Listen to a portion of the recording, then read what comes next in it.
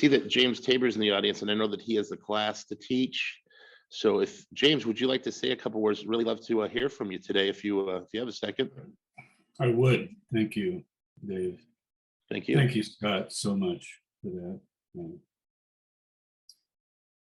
meant a lot to me. So just I got in late. I had a class of 80 students today. They're freshmen and sophomores. None of them were born 29 years ago. So I started the class. It's religious studies, but I can cover what I want, especially today. So I started the class by asking, who's heard of the following terms? Waco, Texas, David Koresh, Branch Davidian, those three.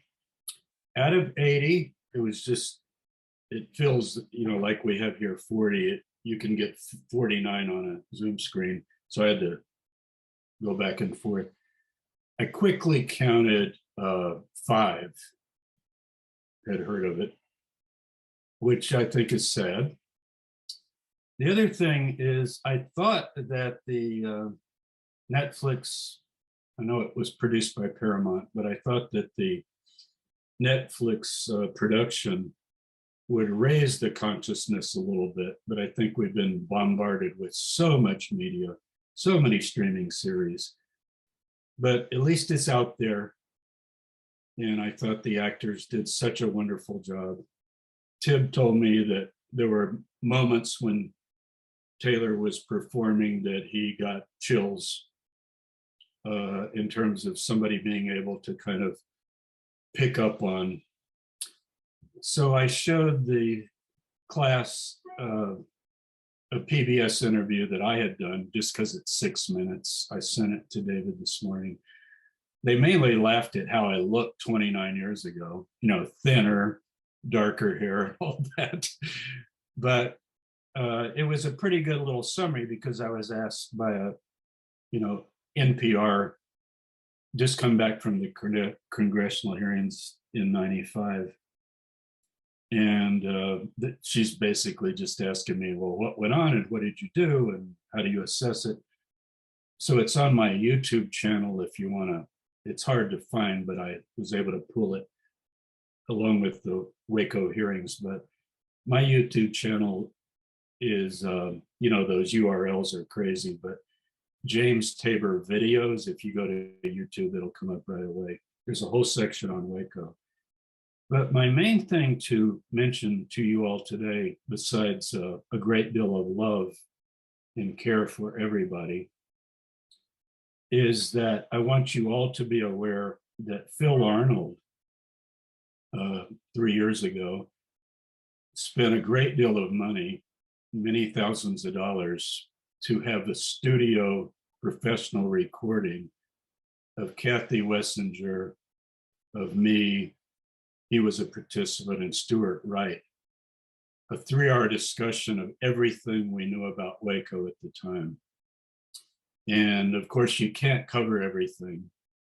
Kathy has it on her YouTube broken down. I just put the whole thing up on mine. It's not monetized, so I don't know, they probably still stick ads in, but it's free. Phil wants anybody to use it.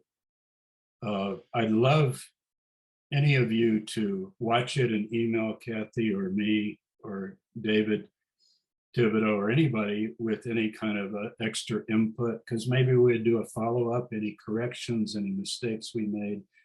But it was basically all the things, and it's very well outlined, everything from what happened on the 28th, to just all the way through to the day after the fire. And so that is out there, and I want you all to be aware of it. One thing I was reminded of in playing that little PBS video that I played for my class today is I commented, it was sponsored by the Republicans, and the Democrats hated us for being sort of pro-Davidian. And it just reminded me that even back then in '95, the Congress was divided. I remember Chuck Schumer walking around eating his sandwich. He was a congressman then, not a senator. And my wife gave up went up to him and gave him our book on why Waco. And he's like chewing a sandwich and going, "Oh, well, thank you. I'll try to read it." I hope he did. I don't know if he ever did. I know I'm not taking sides here, Republican or Democrat, but it was funny to me. The PBS interviewer said, "Well, how did the congressional hearing go? How did they take your testimony?" Arnold and I both testified, and Dick DeGuerin and Jack Zimmerman and quite a few people that day. And I said, "Well, the Republicans seemed to love it and all the Democrats hated it." And she said, she didn't ask me why, but now looking back on what we've been through the last few years in our country in terms of division, I realize now that had nothing to do with Waco or the subject. The Republicans loved it because it was anti-Clinton and anti-Reno. And the Democrats hated it because it was political. And I was just reminded of that today, of how important that is. How this has become politicized, particularly with Oklahoma and militia groups and so forth. And I just wanted to get back to kind of the Bible study group. Scott just mentioned how Kathy, as a woman of faith, and I spent hours and hours talking to, I don't even like to call them survivors, but people who are still around who understood what it was to study with David Koresh. And whether you agree or disagree or follow it now or believe it now or whatever, people were there because they loved the Bible, they loved the prophecies of the Bible, and they got very intrigued with this person. I always remember Steve talking about this with Arnold and with me, when we were trying to get the FBI to understand that we're here because this man, we studied the Bible for years, and we have this man that we've met that is going through and explaining it verse by verse. I mean, start in Isaiah 40 and go through Isaiah 66 and cover every verse and talk about every image, every allusion, every phrase. Is it all right? Is it all wrong? Everybody's got to decide, but it is not some incoherent bunch of cultic foolishness.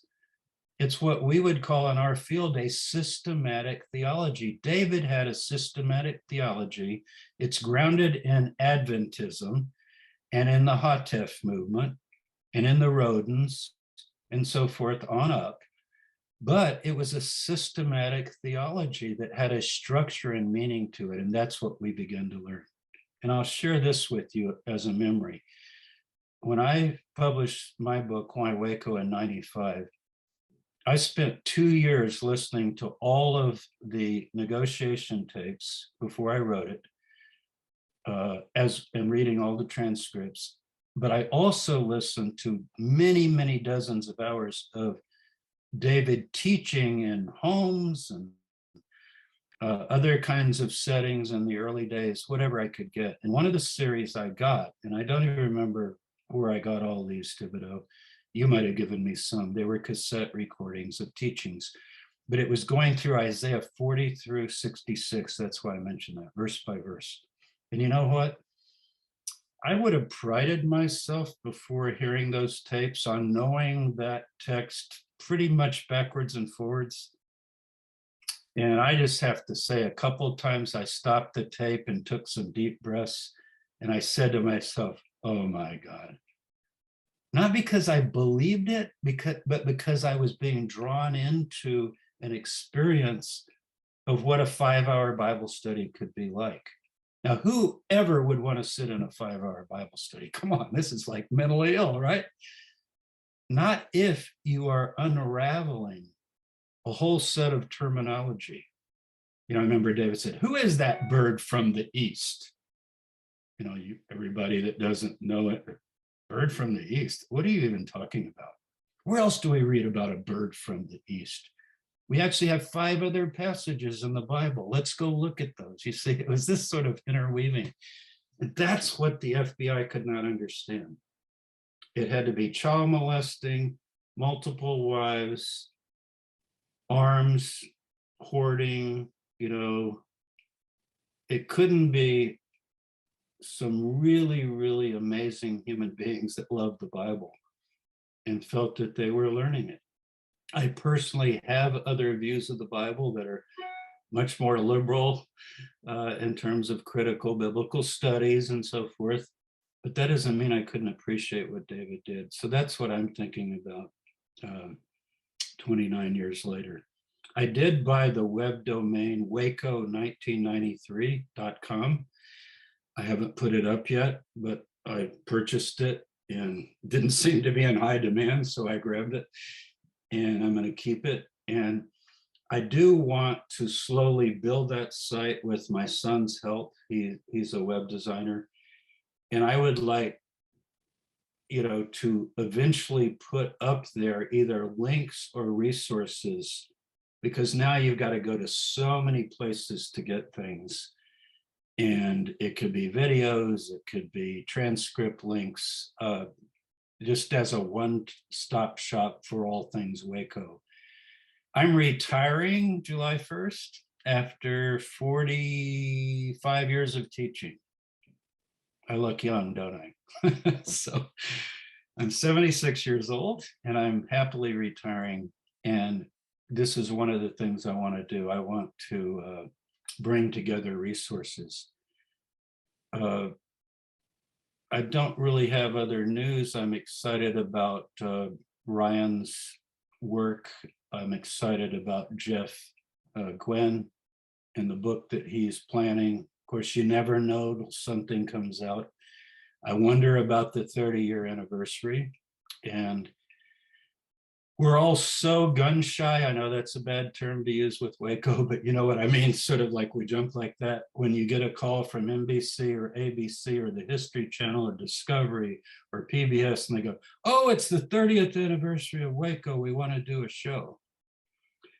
So what I'm going to try to do is I'm going to try to get an article published in The Atlantic. I think that would be the most prestigious. The New Yorker's already done a really fabulous article on the Waco disaster, remember a few years ago. But The Atlantic, as far as I know, has not ever, and The Atlantic is the most influential magazine in America right now in terms of just, and I'm going to try to get a retrospective 30-year Waco article in The Atlantic that will tell some of the truth in a different way than it's been told. That's one of the things I'm going to do. I also have a contract with Cambridge University Press to do a book on Sabbatarian movement, the movement of people who keep the seventh-day Sabbath all the way back to the roots in England in the 1700s. But I want to mainly focus on 20th and 21st century groups because it's just mushroomed. So those are some of the things I'm doing, but I don't know, it gets discouraging. But the gun shy part I didn't explain, most of you know what I meant, is you agree to do one of these things and you spend hours and you fly and you interview. David, how many have you done? I've done at least 20 of them over the years, shows. And can't count them all. I'm never, I think, was it the A&E was one of the ones we did on the 25th that is sort of okay, but they're just so horrible because they all want to focus in on David's face, make his eyes really big and crazy, play weird music, and do the Jim Jones cult thing, and just this. And nobody wants to talk about why people were really there and who these human beings were and how totally unnecessary their deaths were, totally unnecessary. So that's my spiel this morning. I'll keep listening to you guys as long as I can. I've got a class at 1 o'clock Eastern. Thank you so much, Shane, for that. Oh, let me add, Thibodeau in an interview after the Paramount Pictures came out. Remember that interview you did? I forgot the guy in New York or something, but you had all the actors and everybody there. So they asked Tib, well, it's been all these years now. What would you if you could go back in time, what would you most like to see?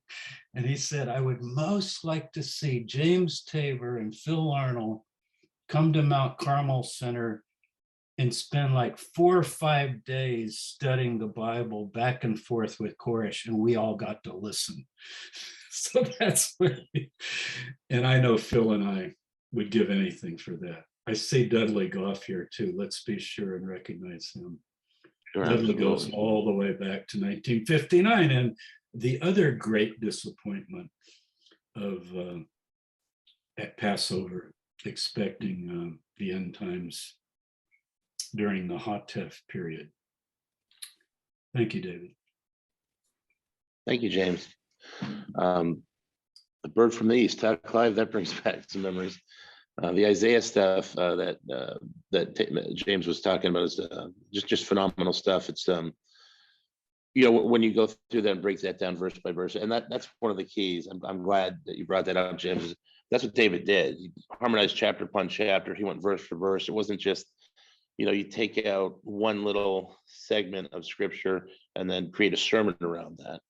The sermon was all of the scripture, and that's what most people don't really understand. One thing I wanted to say, James, you were talking about the A&E documentary, and a lot of these documentaries that are done, they're highly sensationalized. So, like James said, they'll slow. They'll have David Koresh playing the guitar, and they'll slow the video down to make them. Guitarists make some really funny faces when they're playing anyway, but you slow it down, and you can easily make it look like it's some demonic trance or something like that. And they did that consistently. The problem I have with just about every documentary are the twofold. One, they focus on the end as being a conflagration started by the people on the inside. There's never any room for debate on that, because that's a conclusion they draw. They don't talk about the pyrotechnic devices that were found in the building, that were in the evidence locker, that were mislabeled silencers. 6 or 7 pyrotechnic devices were used. The FBI claimed for years and years and years there were no pyrotechnic devices used at Mount Carmel, period. Over and over, that's their claim. Yet there's pyrotechnic devices found in the building. These are just things, they don't talk about these in the documentaries. They don't talk about the fact that CS gas, the propellant is methylene chloride. They don't talk about the fact that CS gas is a powder.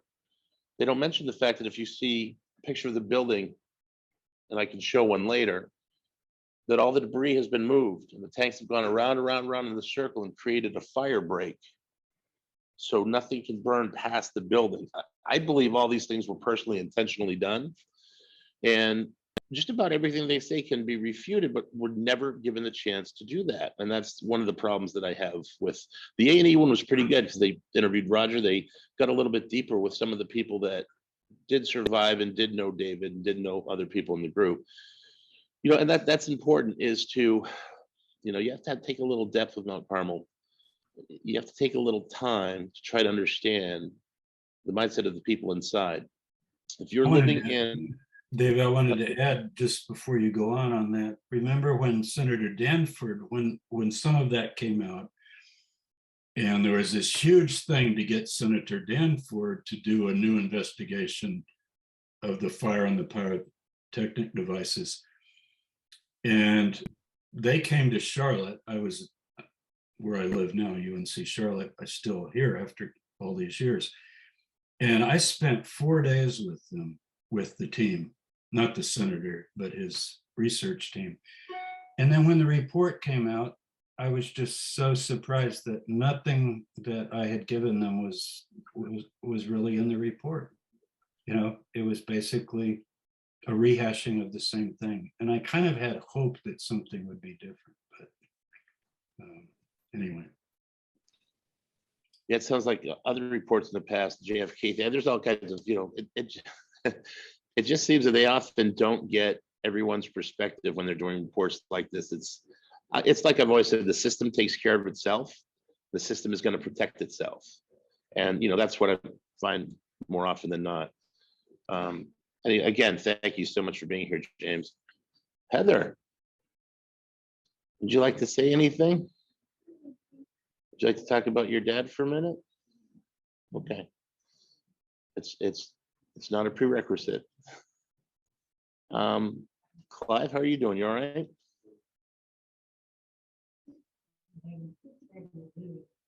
Is that trouble here? I'll try to talk louder.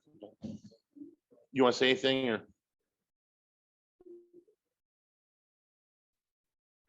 No? Okay. Let me go back to the view here. I know I had a speaker that was scheduled today. James Tabor mentioned him earlier. Ryan Azevedo. I've been working on a project for a very long time with documentary. Ryan's a very special individual. He was raised Seventh-day Adventist, so he actually has a unique understanding of the foundation of this, what the Davidians were. So it's very interesting. He's sick, and he was so sick he couldn't even get out of bed to get on the plane. So very sorry Ryan isn't here today, and let's all pray that he starts feeling better. I see Stuart Wright is here. I don't know if Stuart feels like saying anything. I'd love to invite him, however. Stuart has done some amazing work. I don't see his face though, so. You don't see my face? No. Is he there? Hi Stuart, how you Anybody doing else today? see my face? Yeah, we see it. Yeah. Really? Yeah, okay. Really? When he speaks, his frame will light up, and if you put it in, you can do speaker view or gallery view. If you want to see him big on the whole screen, you can go to speaker view. Yeah, that's what I I was see. trying to do. Or you can just pin him. Yeah, you can pin him. Anyway, start talking, Stuart.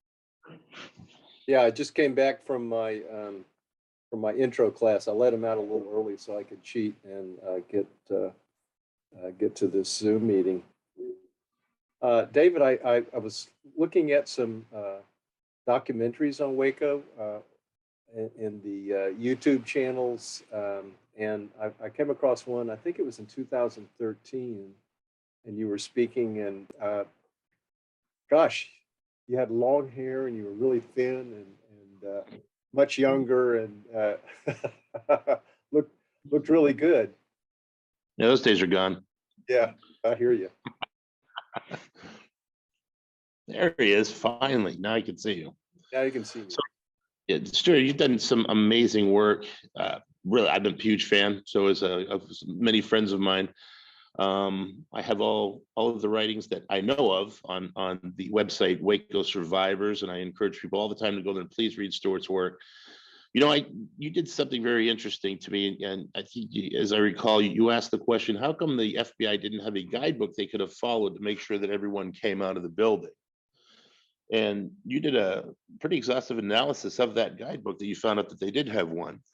And you found that many of the principles that they were supposed to use in negotiation, if they wanted people to come out of the building safely, that they directly violated. And I was just wondering if maybe you could speak to that for a minute or two.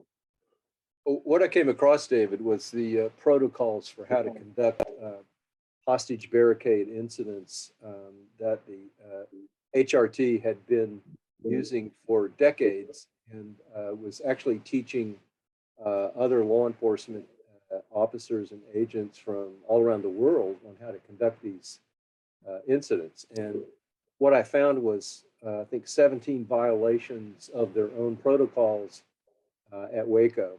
And so I was trying to make the point that, you know, some pundits and observers were saying that some of the violations were accidents or lack of communication. And what I was trying to show is that if you just had a couple of these violations of their own protocols, you could write that off. But 17, I think you have to come to the conclusion that that was deliberate. And so I titled the article, and I'm happy to share that with anybody. It was published in the Journal of Terrorism and Political Violence in 1999. I titled it Anatomy of a Government Massacre. I didn't make a lot of friends with the FBI with that. I wouldn't think. That article, that was absolutely very eye-opening, and boy, 17, I've been saying 11, it's a lot more. There's so many twists and turns to this thing, it's very easy to lose sight of things, but yeah, it's just amazing to me that there's their guidebook, they directly didn't follow it and expected an outcome, a positive outcome. Like they kept saying over and over again that we're going to do whatever it takes to get everyone out of that building. We're going to do whatever it takes. We're going to do whatever it takes. Well, in going against the principles that have been proven to work in the past in negotiations, that's not doing whatever it takes. That seems that you're actually wanting the people to stay in that building. You know, another thing that I'd like to talk about briefly is the aggressive acts of the government. And I said last year in the Zoom memorial that we did, at every single step along the way of this thing, the government was the aggressors. At no time were we the aggressors other than in the self-defense of the building on the very first day. So they set up speaker systems and they tried to sleep deprive us. They had bright lights. The helicopters were buzzing the building constantly. The tanks with that metallic sound of the treads going around the building consistently, all these incredible sounds were to keep us in there, or to keep us in that building and not wanting to come out, thus fulfilling the prophecy of the scripture and David's prophecy all along. So, you know, the question's been asked by many of the scholars and many of, you know, the people that are deeply involved in this. If you wanted the people to come out, then why would you put the pressure on? Why would you make David's message truer and thus solidify the people even more inside as a tight-knit group? And that's exactly what, you know, the government did. It went on and on. So yeah, that's I do encourage people to go to Waco survivors and look at Stuart's work. You know, I noticed that we have another friend here, Dudley Goff. I don't know if Dudley, do you want to speak for a minute? Dudley was a former Davidian or you may still be a Davidian, but I know you studied under, did you study under Harduf, Dudley? Yes, I did, David.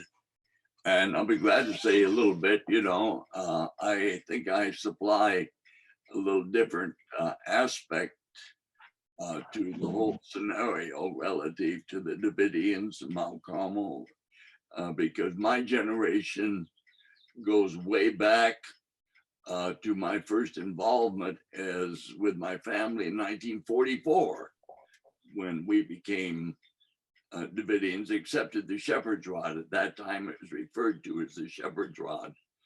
I left the Davidians in 1959 after the disappointment that Dr. Tabor referred to a few minutes ago of the failed predictions that we felt were going to take place in the spring of '59. They didn't materialize, and that terminated it for me. It was devastating to me. In fact, I explained quite a bit of this on the 2-hour video interview that Dr. Tabor and also Dr. Arnold, Phil Arnold, had a couple of years ago with me. And I think some of you may have seen this, but it was devastating, so that I really went undercover. I didn't want anyone to know that I had ever been a Seventh-day Adventist, let alone a Davidian Seventh-day Adventist.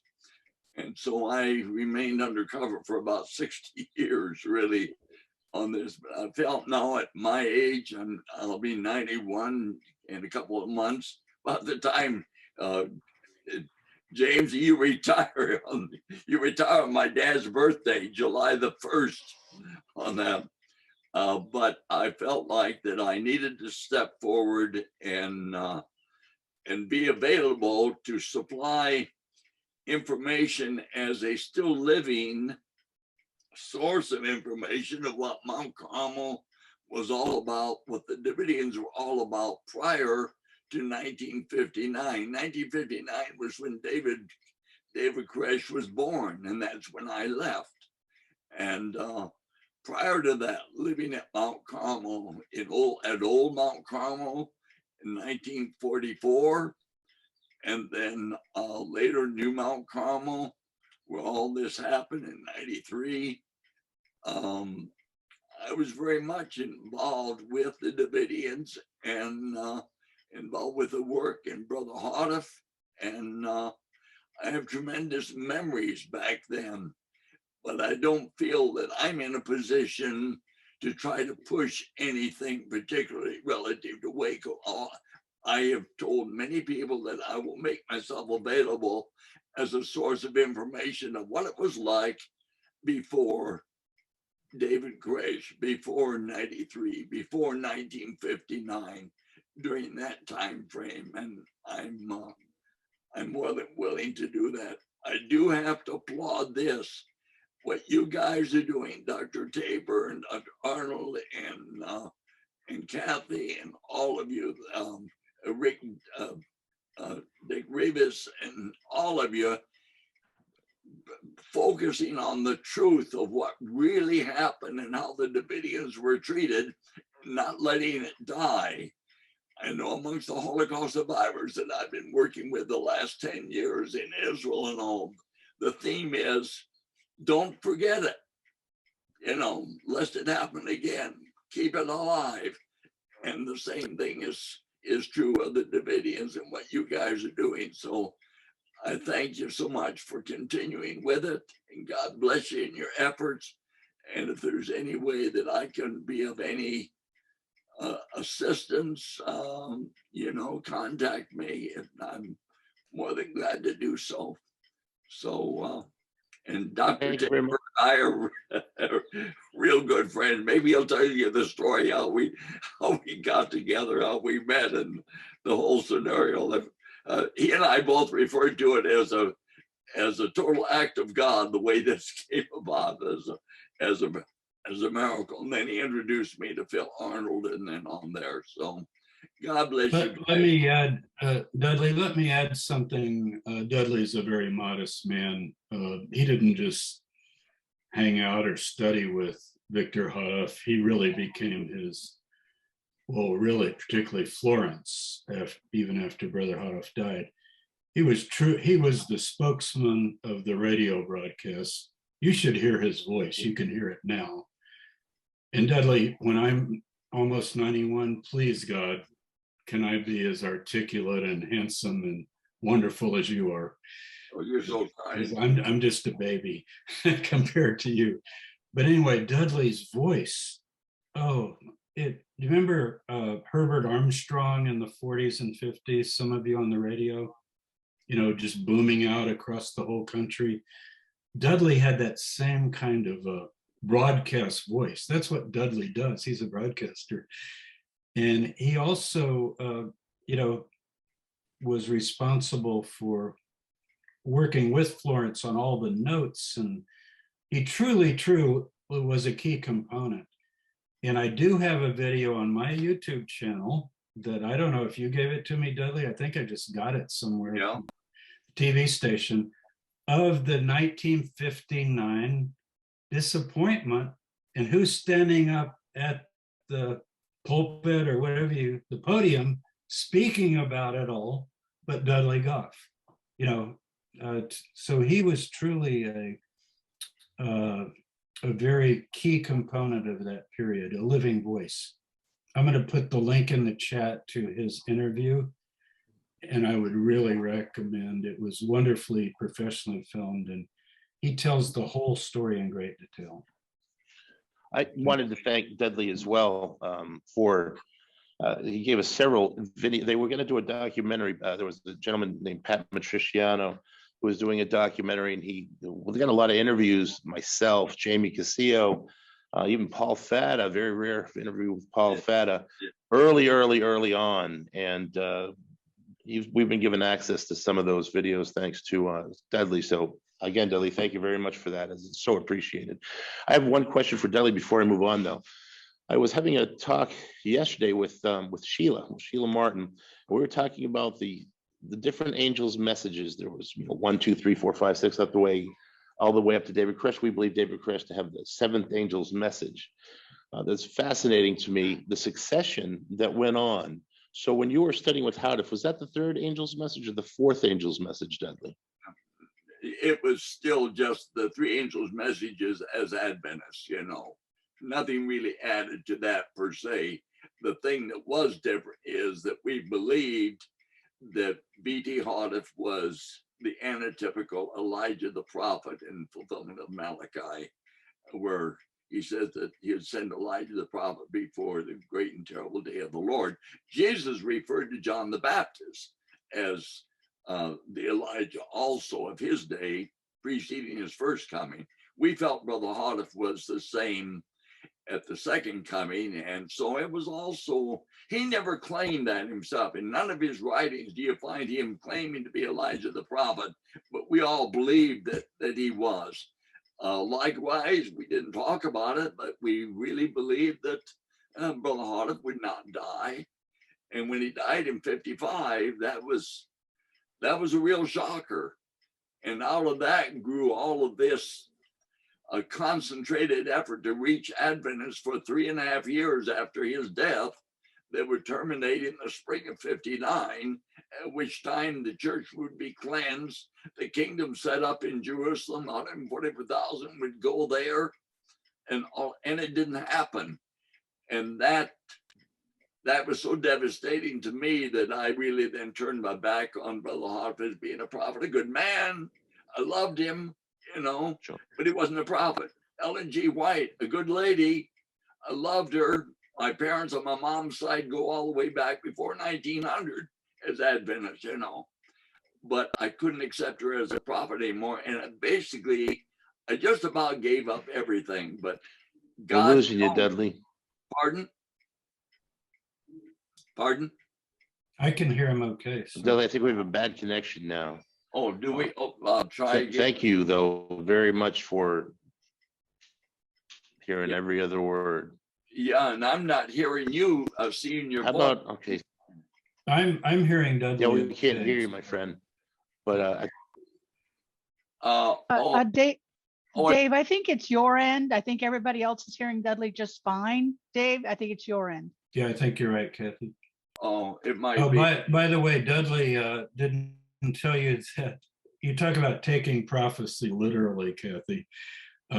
Dudley's father was commissioned to build a stadium on the old property that would seat 144,000.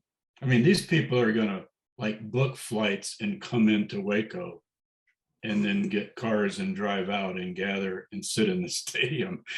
So this is called taking the Bible literally. And when David went to Israel, if you remember his story, he wanted to see whether 144,000 could fit on Mount Zion.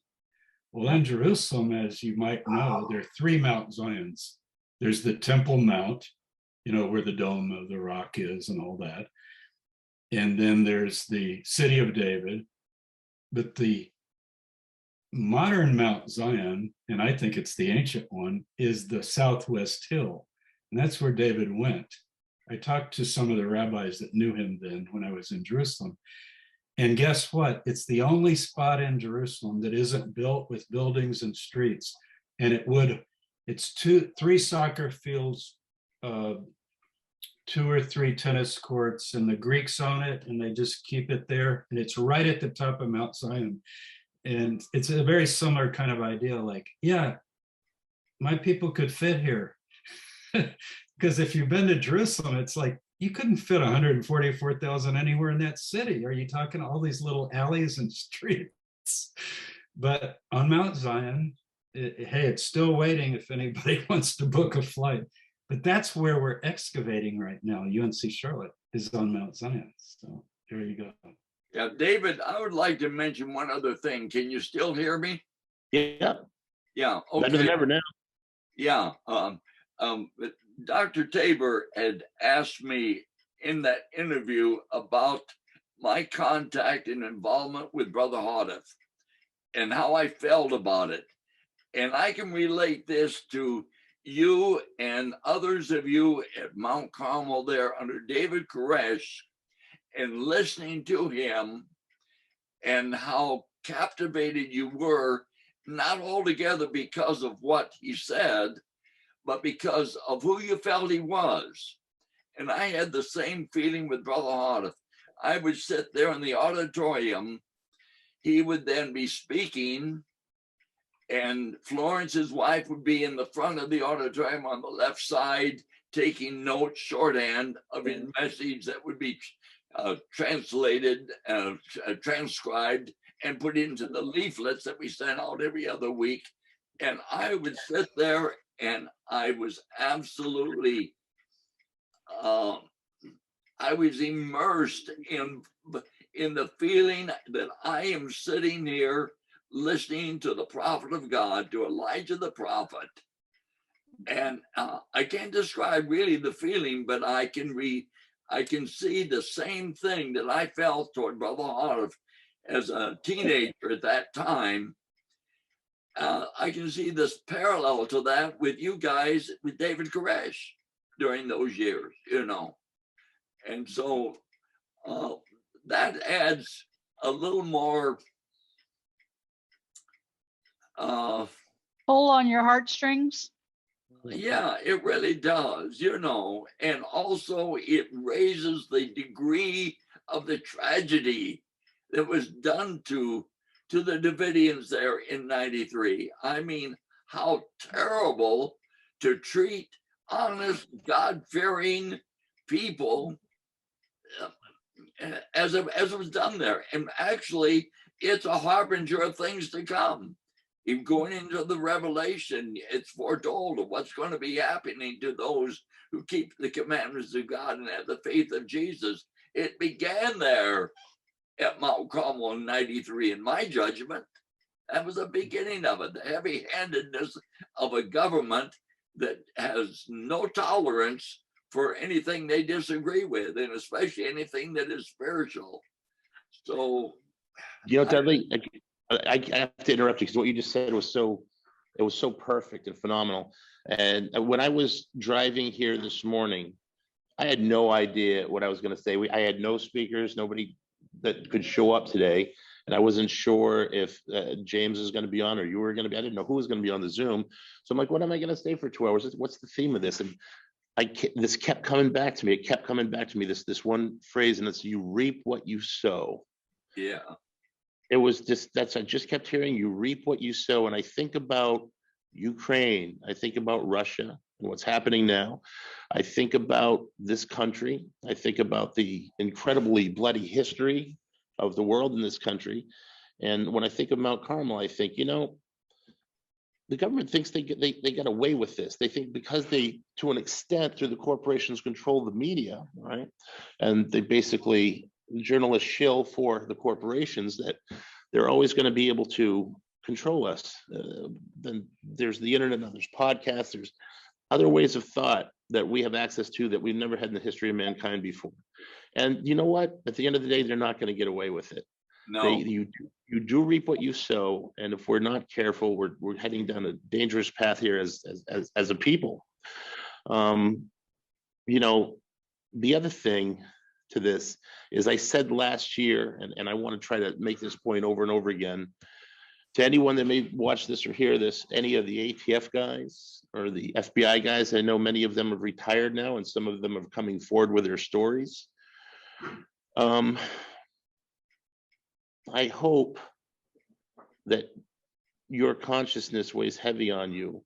And if you are someone that was in a position to know things that maybe some of the other agents didn't know, it's time to unburden your soul and come forward with that information. I would like someone to confirm that there was shooting going on at the back of the building next to the tanks as we have on the infrared. I'd like someone on that side to basically say, yeah, that wasn't sunlight reflections, that was fully automatic weapons fire. And there was firing into the building. Somebody, before maybe you just found Jesus, or you just found God, or you are maybe laying on your deathbed, you want to unburden your soul. Well, guess what? Now's the time to do it. I want someone to come forward from that side and let the world know what really happened. That's my wish. That's how I would like to end this documentary of mankind for us. So thank you very much, Dudley, James, everyone. Is there anyone? Let's see how much time we got. It's 11:17, so I got maybe time for one more, and then I want to read some of the names of the people that have died that aren't including in the presentation. I'd like to get that done before we do the presentation. So is there any, yes? Dana, hi. Aloha. Hi. Hey, can you hear me? Dana. I couldn't sleep very well last night. I was remembering my friends, the ones from Hawaii that I knew from Diamond Head Church. Would you tell everyone who you are, Dana? Oh, but Introduce yourself. my name is Dana Kiyabu, formerly Dana Okimoto. I was one of David's wives, and I have 2 children who are now grown and doing very well.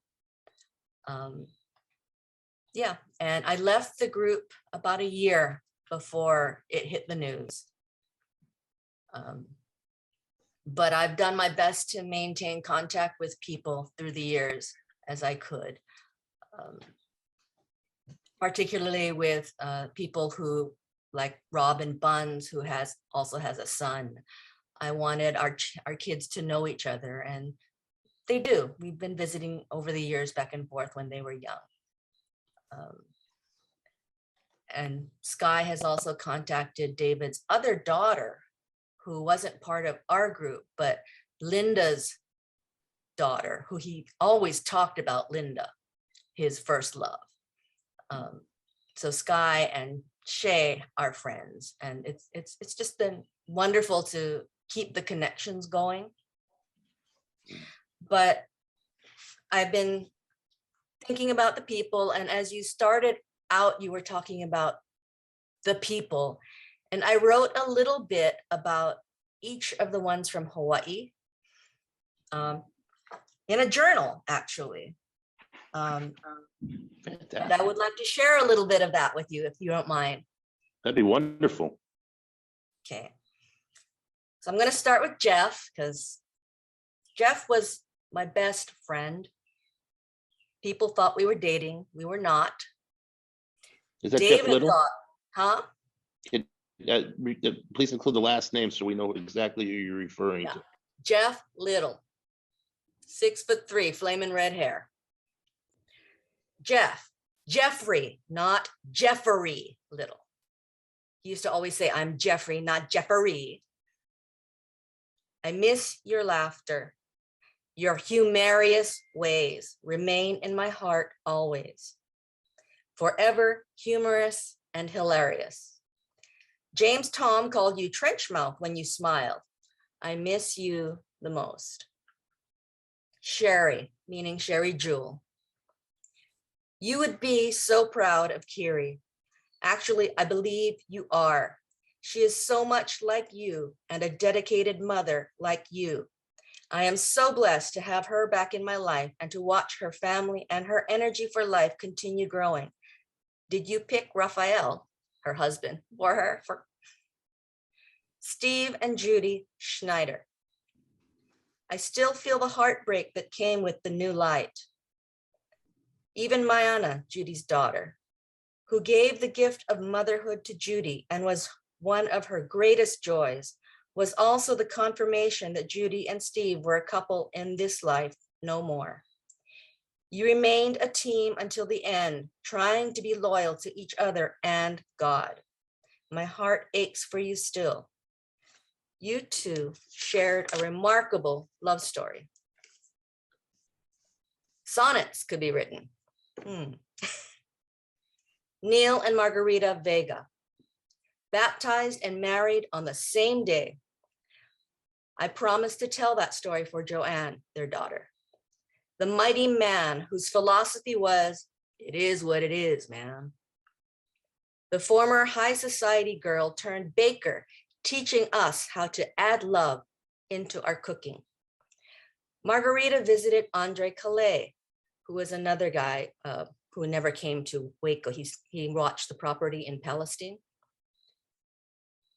Regularly, when he was hospitalized with what was then called AIDS-related complex. She drove more than 2 hours each way from Mount Carmel to Palestine to see him.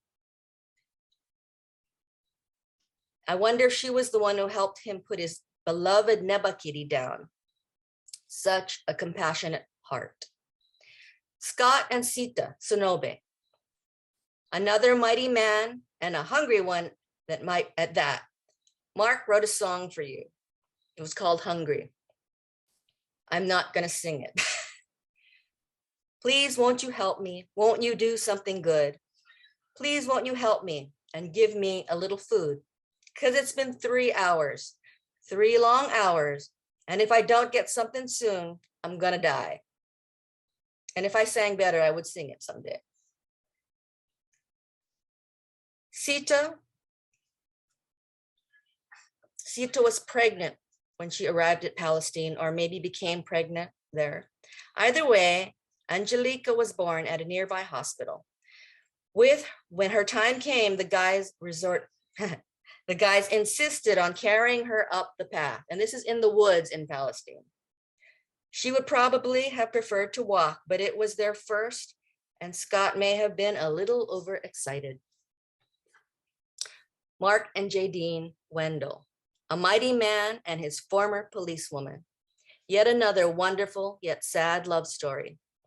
Tamaray, born in a hotel in Palestine, delivered by a lay midwife. Mark, the ever dutiful husband. Janessa at 2 or 3, and me in attendance.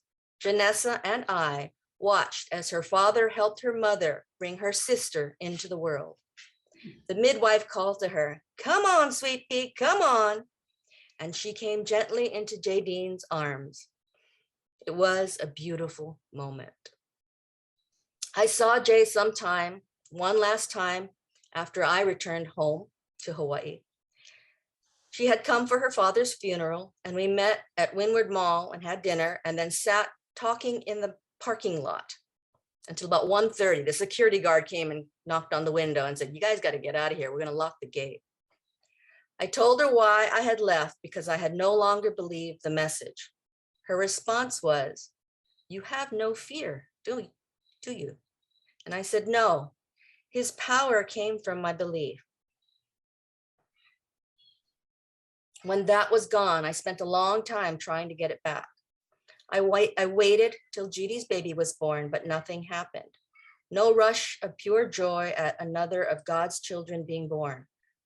But I said nothing at the time because that would be speaking leasing.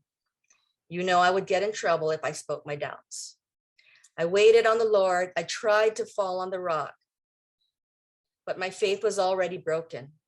When Sky broke his arm and I got yelled at for taking him to the hospital, that was the last straw.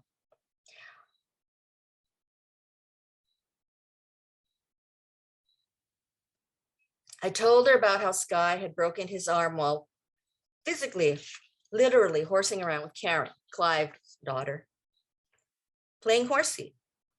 After we had gotten home from the LA County General ER, all I got was a verbal thrashing. I spent a long night sitting in the kitchen. I told her, if I stay, we die. You know that. She told me that when she returned to California, she and Mark and family were returning to Mount Carmel. They had left the message because they couldn't stand not living as husband and wife. But they had decided after a short while that they could not turn their backs on the truth. They did return. Janessa, Tamaray, Landon, and Patron were sent out of the compound early in the siege, most likely because Jadine had died during the initial raid on February 28th. Rest in peace, my friends, in the assurance that you are not forgotten. You are written in my book.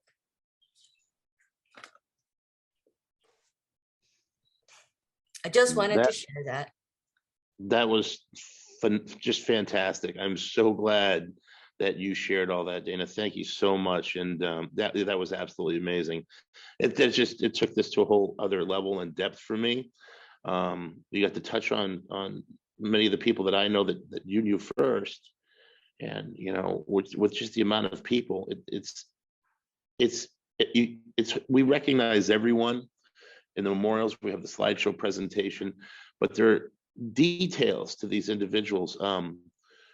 I learned a lot from Sheila Martin's book and talking about a lot of the people in there. I learned a lot from Clive's book, talking about some of the people that, you know, I just came in for a year, but Clive, Sheila, they knew these people for so much longer. And some of those details are just so deep, impressive, phenomenal. all these different adjectives, if you will, these incredible people.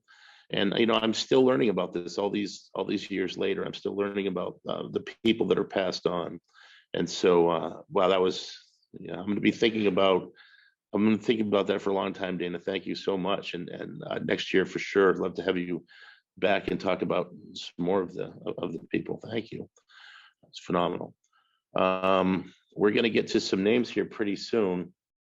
I want to just thank everyone for being here, and the survivors who are here in house today, and those who aren't, those who are here via Zoom. I didn't think we were going to have any speakers, so I'm happily surprised at how this turned out. Thank you, James. Did you have a comment? Yeah, I wanted to recognize and thank Dick Reavis, who's with us.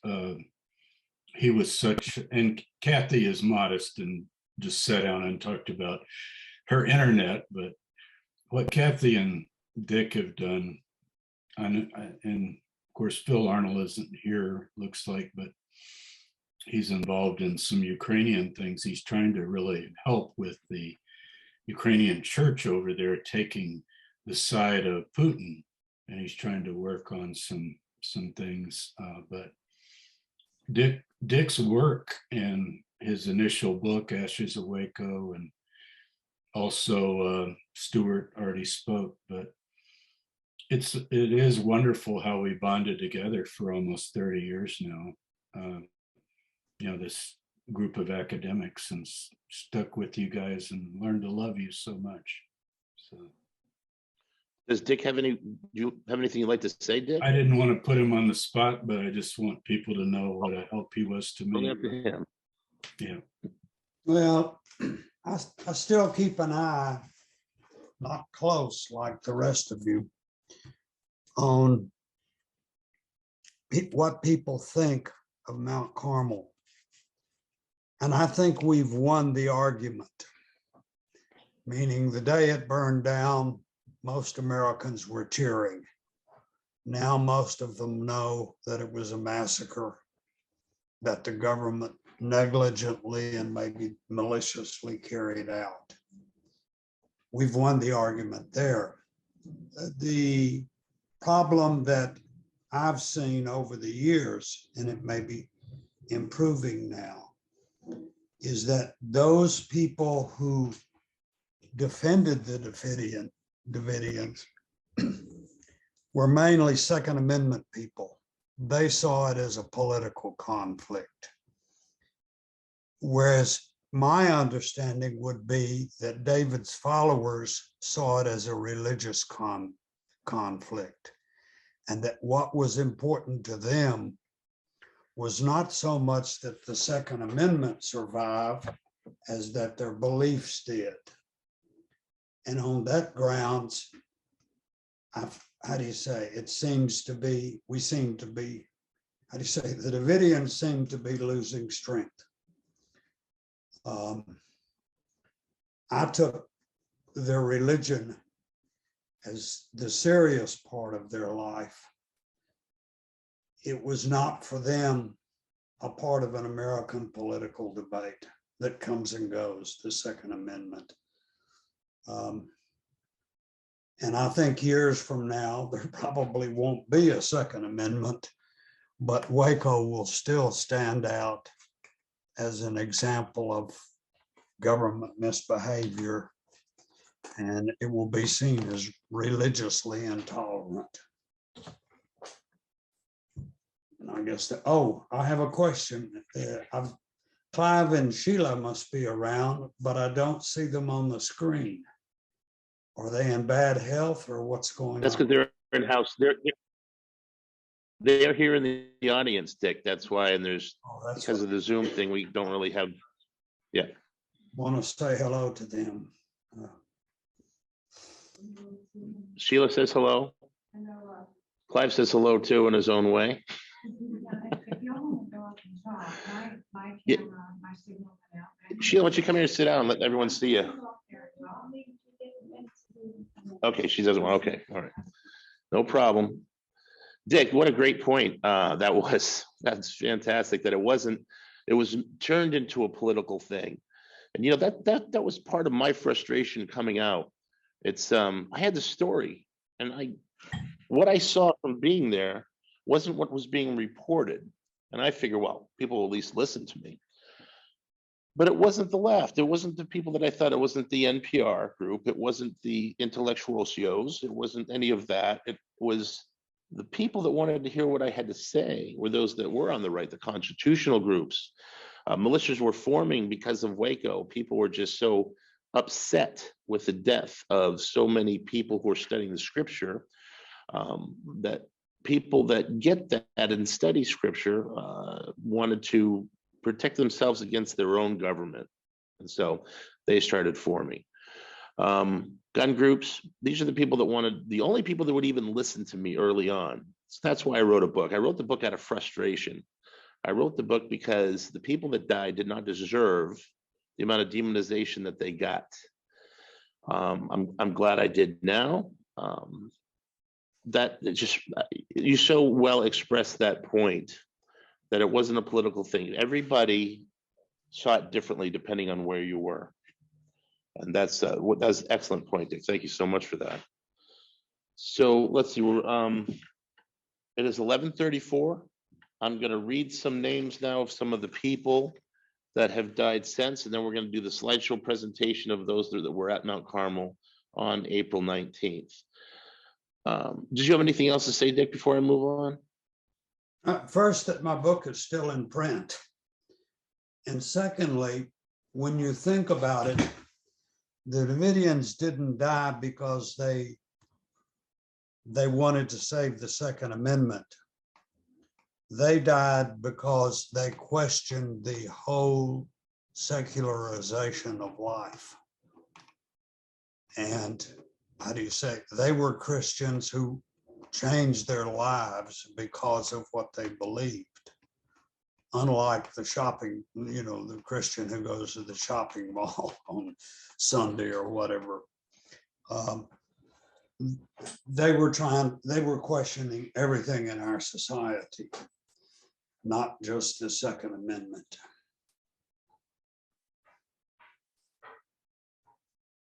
Fantastic. I'm so glad that point was made today. Thank you so much. Dick Reavis's book, by the way, is Ashes of Waco. It was one of the first books that was published on Waco. Very extensive, incredible information in there.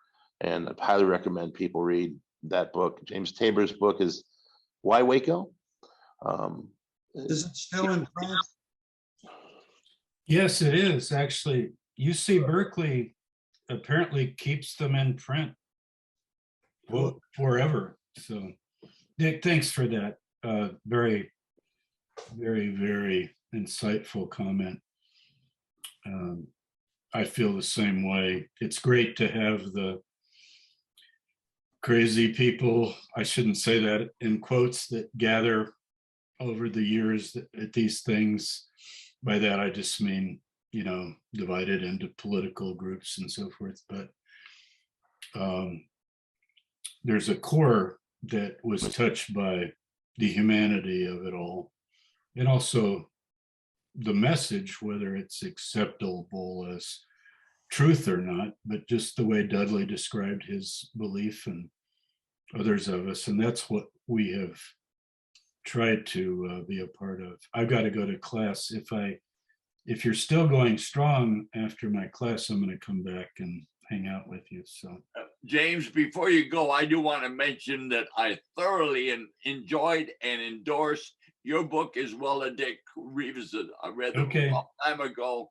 They're fantastic, and they tell the truth of what this is all about. So thank you, Dudley. Good to see you all. Take care. Lots of love to everybody. Bye-bye. Thank you, James. Hey, David, can First of all, Hey, David, can Yep. I say something? Yes.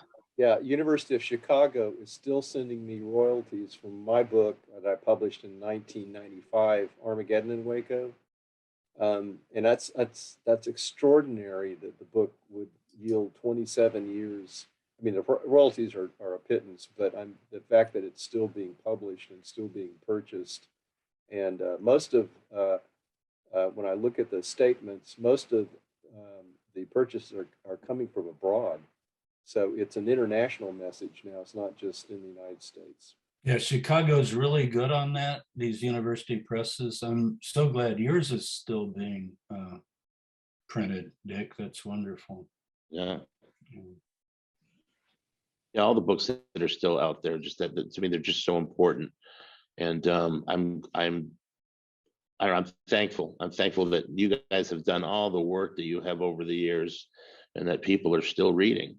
People are still reading your works, and hopefully that'll continue. We know next year there's a lot of things in the works.